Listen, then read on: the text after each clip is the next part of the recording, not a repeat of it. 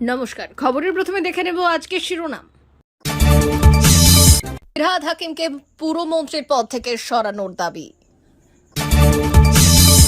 রাজ্যকে 462 কোটি টাকা দিল মোদী সরকার। যারা দুর্গাপুজো হবে না বলেছিল তারা ফিতে কাটতে চলে গেছে। অভিনেতা অভিনেত্রীদের তীব্র কটাক্ষ করলেন কল্যাণ বন্দ্যোপাধ্যায়। রচনার কুইন্টাল কুইন্টালের জবাবে কুইসেক বেফাস দেবসিতা। চারে হাত ঘুরিয়ে খেললেন মেরুকরণের সমীকরণ, চিন্তায় রাখছে কেজরিওয়ালকে। এখনো দেশের নয়, শুধু কংগ্রেসের নেতা, বড় ঘোষণা।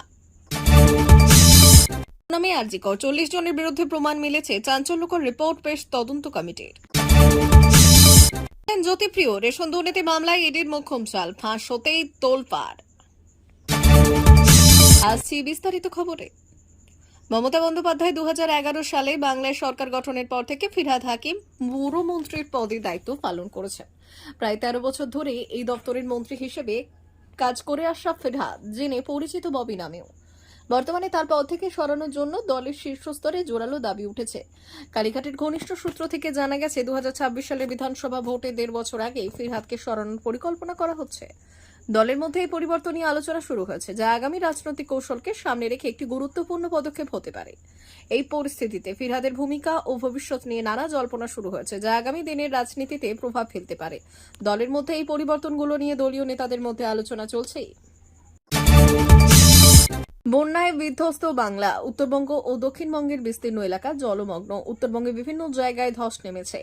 এই পরিস্থিতিতে বন্যা মোকাবিলায় রাজ্যকে আর্থিক সাহায্য করল কেন্দ্র। মঙ্গলবার রাজ্যকে 468 কোটি টাকা বরাদ্দ করল কেন্দ্র। পশ্চিমবঙ্গ ছাড়াও আরও 13টি রাজ্যকে আর্থিক সাহায্য করা হয়েছে। সব মিলিয়ে 14টি রাজ্যের জন্য 5,858.60 কোটি টাকা বরাদ্দ করল কেন্দ্রীয় স্বরাষ্ট্র মন্ত্রক। কেন্দ্রের এই সিদ্ধান্তের কথা এক্স হ্যান্ডেলে জানান কেন্দ্রীয় স্বরাষ্ট্রমন্ত্রী অমিত শাহ। কেন্দ্র যে রাজ্যগুলির পাশে রয়েছে সে কথা জানলেন তিনি। রাজ্যে বন্যার জন্য ডিভিসিকে তোপদেগে কয়েকদিন আগে প্রধানমন্ত্রী নরেন্দ্র মোদীকে চিঠি লিখেছিলেন মুখ্যমন্ত্রী মমতা বন্দ্যোপাধ্যায়। সেখানে বন্যা মোকাবিলায় কেন্দ্রীয় সাহায্যেরও আবেদন জানান তিনি। এদিন কেন্দ্রীয় স্বরাষ্ট্র মন্ত্রকের তরফে বাংলা সহ একাধিক রাজ্যকে আর্থিক সাহায্য করা হয়েছে। জুনিয়র ডাক্তারদের পূর্ণ কর্মবিরতি নিয়ে পরিস্থিতি ক্রমশ জটিল হচ্ছে। কল্যাণ বন্দ্যোপাধ্যায়ের বক্তব্য, দাবি না মানলে ডাক্তারদের সেবা প্রদান বন্ধ করা এক ধরনের থ্রেট কালচার। হাসপাতালে রোগীরা সেবা নিতে আসে, সিনেমা দেখতে নয়। আরও চ্যালেঞ্জ করেছেন যে যদি জুনিয়র ডাক্তাররা 14 আগস্টের ঘটনার পুনরাবৃত্তি করতে পারে তবে তা দেখাতে হবে। জুনিয়র ডাক্তারদের 54 দিনের বিচারের দাবিতে ফের মহামিছিলের ডাক উঠেছে। কলেজ স্কোয়ার থেকে রবীন্দ্র সদন পর্যন্ত বিশাল সমাবেশের আয়োজন করা হয়েছে, যেখানে 55টি সংগঠন এবং ইস্টবেঙ্গল মোহনবাগান মহাবেটাটের সমর্থকরা যোগ দেবে। মহালয়ার দিন বুধবার জুনিয়র ডাক্তারদের ফ্রন্টের ডাকে কলেজ স্কোয়ার থেকে ধর্মতলা পর্যন্ত মহামিছিল অনুষ্ঠিত হবে, যেখানে সিনিয়র ডাক্তাররা অংশ নেবেন। কল্যাণ বন্দ্যোপাধ্যায় জুনিয়র ডাক্তারদের কর্মবিরতির বিরুদ্ধে তীব্র ভাষায় বললেন, তারা বাংলাকে শোক স্তব্ধ করতে চেয়েছিল, কিন্তু এর জবাব দিয়ে দুর্গাপুজো হবে। পরিস্থিতি এখন আরও উত্তপ্ত হয়ে উঠেছে। কল্যাণ বন্দ্যোপাধ্যায় ভারতীয় সংবিধানের 21 নম্বর ধারার লঙ্ঘনের অভিযোগ তুলে বলেছেন, সুপ্রিম কোর্টকে চাপ দিয়ে নিজেদের রাস্তায় আনা সম্ভব নয়। অভিযোগ করেছেন জুনিয়র ডাক্তাররা ঘোমটার আড়ালে রাজনৈতিক উদ্দেশ্যে কাজ করছে। কল্যাণ বন্দ্যোপাধ্যায় দাবি করেছেন, লক্ষ লক্ষ মানুষের প্রতি অবিচার হচ্ছে এবং হাসপাতালে লাইভ স্ট্রিমিং এর মাধ্যমে ডাক্তারদের কার্যকলাপ দেখানোর দাবি জানিয়েছেন। কল্যাণ বন্দ্যোপাধ্যায় বললেন, দুর্গাপুজোর সময় কর্মবিরতি বন্ধ করে রোজগার বাধাগ্রস্ত করার চেষ্টা হচ্ছে। এছাড়া যারা দুর্গাপুজো বন্ধের কথা বলেছিল তাদের উদ্দেশ্যে তীব্র কটাক্ষ করে তিনি বলেছেন, যারা বলেছিল দুর্গাপুজো করতে হবে না তারা তো ফিতে কাটতে চলে গেছে। কলকাতায় যারা আছে তারা আনন্দ ফুর্তি করবে না, শোক স্তব্ধ হয়ে থাকবে। কল্যাণ বন্দ্যোপাধ্যায়ের এই মন্তব্যে স্পষ্ট বোঝা যায় যে তিনি আন্দোলনে সামিল হওয়ার অভিনেতা অভিনেত্রীদেরও কটাক্ষ করে এই কথাই বলেছেন। দিল্লির জেএনইউ এর থেকে পড়াশোনা করেছেন। শিক্ষিত রাজনীতিক হিসেবে তার যথেষ্ট নাম রয়েছে। তিনি নাকি জল পরিমাপের এককের উচ্চারণ ভুলে বললেন। হুগলির সাংসদ রচনা বন্দ্যোপাধ্যায়ের কুইন্টাল কুইন্টাল জল, এর উক্তি পাল্টা জবাব দিতে গিয়ে কিউসেককে কুইশেক বলে ফেললেন দীপশিতা ধর। ডিভিসি জল ছাড়াই হুগলি, বর্ধমান, মেদিনীপুর, বীরভূমের একাধিক জায়গা ভেসে গিয়েছে।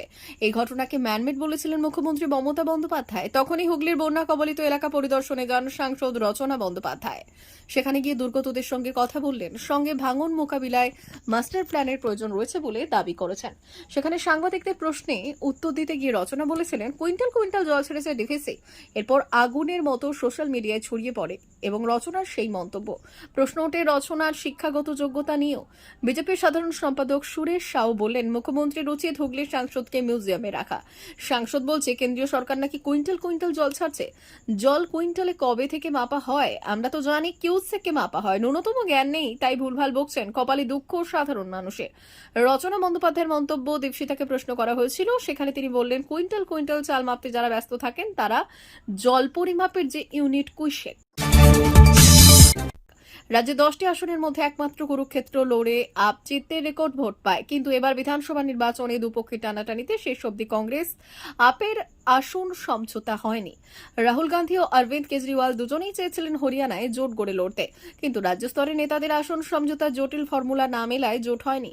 আগামী 5 নভেম্বর 90 আসনের হরিয়ানা বিধানসভায় এক দফায় নির্বাচন, আর তার আগে শেষ বেলার প্রচারে ফরিদাবাদের বল্লভপুর বড় রোড শো করলেন আপ সুপ্রিমো কেজরিওয়াল। পাঞ্জাব ও দিল্লি সীমান্তে থাকা হরিয়ানার বেশ কয়েকটি বিধানসভা আপ ভালো ফল করতে পারে, কিন্তু হরিয়ানার রাজনীতিতে এবার মেরুকরণের হাওয়া স্পষ্ট। হয় কংগ্রেস না হয় বিজেপি, এর মাঝে জেজেপি সহ স্থানীয় দল আপের পক্ষে আসন জেতাটা কঠিন কাজ, সেটা বুঝতে পেরে ফরিদাবাদের জনসভায় দিল্লি ও পাঞ্জাবের মডেলে বিনামূল্যে বিদ্যুৎ, স্বাস্থ্য, শিক্ষার কথা বললেন কেজরি। হরিয়ানায় আপের প্রচারে বিজেপির পাশাপাশি কংগ্রেসকেও ঘুরিয়ে আক্রমণ করা হচ্ছে। কংগ্রেস সাংসদ তথা লোকসভার বিরোধী দলনেতা রাহুল গান্ধী সম্পর্কে জন সুরাজের প্রতিষ্ঠাতা প্রশান্ত কিশোর বললেন, কংগ্রেসের অবস্থার কিছুটা উন্নতি হয়েছে। রাহুল গান্ধী গত 1.5-4 বছরে অনেক চেষ্টা করেছেন এবং তার মাধ্যমে তিনি লাভবান হয়েছেন। কংগ্রেসে তার নেতৃত্ব পুরোপুরি প্রতিষ্ঠিত, কিন্তু তিনি এখন দেশের নয়, কংগ্রেসের নেতা হিসেবে প্রতিষ্ঠিত। তার ঠাকুমা ইন্দিরা গান্ধী 1977 সালে তার জীবনের সবথেকে বড় ক্ষতির মুখোমুখি হয়েছিলেন। আমার মনে হয় কংগ্রেস তখন 154টি আসন জিতেছিল।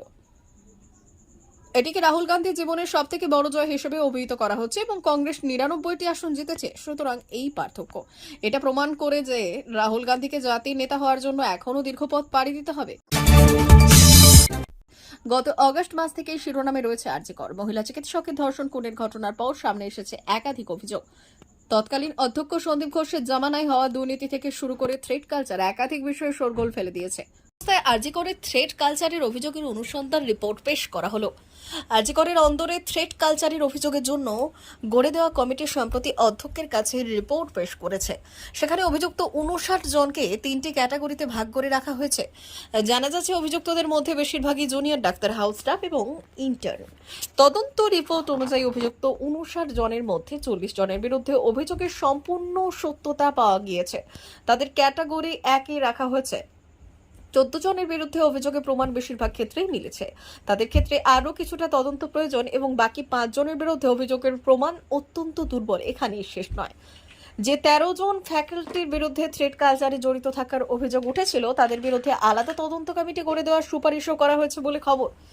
স্বাভাবিকভাবেই এই রিপোর্টের কথা প্রকাশ্যে আসতেই তা নিয়ে জোর চর্চা শুরু হয়েছে। আরজিকর হাসপাতালে তরুণী চিকিৎসকের খুনের ঘটনার পর চর্চার কেন্দ্রে রয়েছে রাজ্যের নানা মেডিকেল কলেজ হওয়া থ্রেড কালচারের অভিযোগ। জুনিয়র চিকিৎসক এবং পড়ুয়াদের অনেকেই ইতিমধ্যে এই নিয়ে সুর চড়িয়েছেন।